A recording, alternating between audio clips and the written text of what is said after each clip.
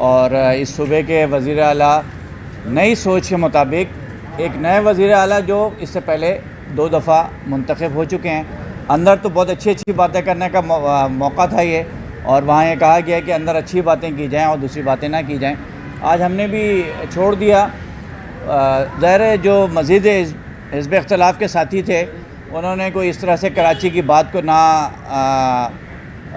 बताया, ना कराची के मुकदमे को उस तरह से लड़ा। हमने भी खैर उस तरह से आज बात नहीं की, लेकिन जमात इस्लामी का एक वाहिद नुमाइंदा इस सूबाई असम्बली के अंदर जो फॉर्म 45 और फॉर्म 47 के मुताबिक यहाँ मौजूद है। हमारे तकरीबन इस वक्त केसेस 6 जगहों के केसेस पीएस के हमारे जो है इलेक्शन कमीशन में है। फॉर्म 45 100% हमारे पास मौजूद हैं, और वो पार्टी जो कि 5वें और 6ठे नंबर पे मौजूद है उसको फॉर्म 47 जारी किया गया है।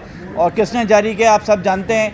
हमने उस केस इलेक्शन कमीशन में गए, ट्रिब्यूनल में अगर केस गया तो वहाँ भी जाएंगे, सुप्रीम कोर्ट में जाने की ज़रूरत पड़ी तो वहाँ भी जाएंगे। जमात इस्लामी इस पूरे केस को, इस पूरे इलेक्शन को इंशाअल्लाह ताला नंगा करेगी। जिस तरह से हाफिज़ नईम और रहमान साहब ने अपनी सीट छोड़ के आप सबके पूरी दुनिया के अंदर एक तहलका मचाया है, और इस इलेक्शन को जो जनरल इलेक्शन 2024 से इसके ऊपर उस सीट को पलटकर इस पूरे निज़ाम को, इलेक्शन कमीशन को लोगों के सामने अयां कर दिया है। पर्दा जो है वो चेहरों से उतार दिया है।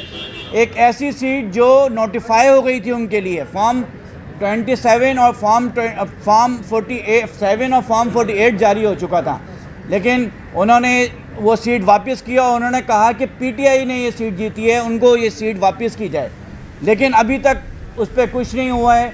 और वो नोटिफाई भी नहीं, फाइनल नोटिफाई नहीं हुई है, और वो सीट इंशाअल्लाह ताला हाफिज़ नईम और रहमान साहब जो है उसको अवेल नहीं करेंगे।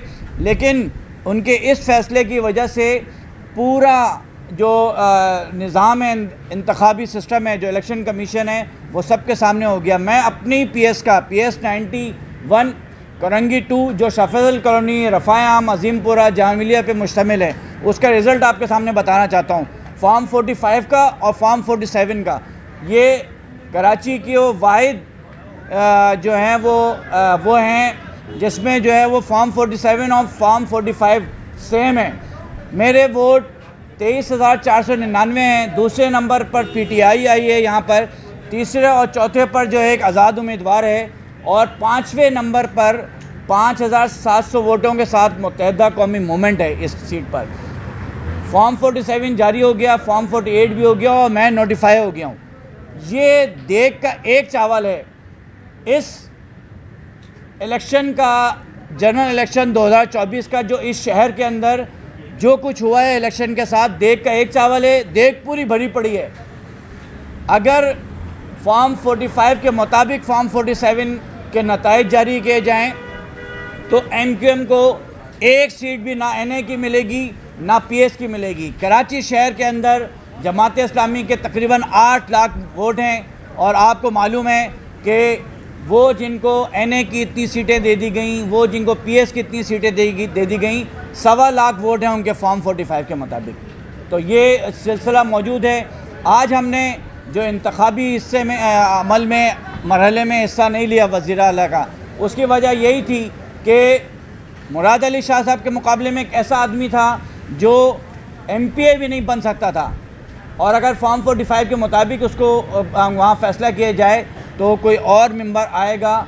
ये इसलिए मुकाबला नहीं था, तो इस मुकाबले के हमने इससे जो है वो बाइकाट किया। इस मरहले में हम शामिल हुए। मैंने जमात इस्लामी के मेंबर और पीटीआई के मेंबरों ने 9-10 लोगों ने जो है वो हमने एहतजाज किया, और अंदर जो है वो प्ले कार्ड लेके खड़े हुए। हमने जाली मैंडेट के ख़िलाफ़, इंतखाबी धांधलियों के ख़िलाफ़ नारेबाजी की, और बड़ा पुरअमन और पुरसकून तौर पे हमने एहतजाज अपना रिकॉर्ड कराया। मोहम्मद फ़ारूक मेरा नाम है।